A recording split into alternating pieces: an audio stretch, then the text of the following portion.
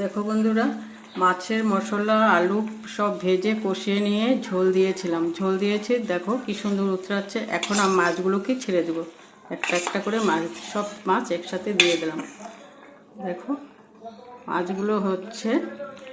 দেখো আমি যে মশলা দিয়েছি, মশলাগুলো তোমাদেরকে ঠিক করে বলে নিই। গুঁড়া মশলাই দিয়েছি, গুঁড়া মশলাগুলো জলে আধা ঘন্টা ভিজিয়ে রেখেছিলাম, আদাটা পেস্ট করেছিলাম।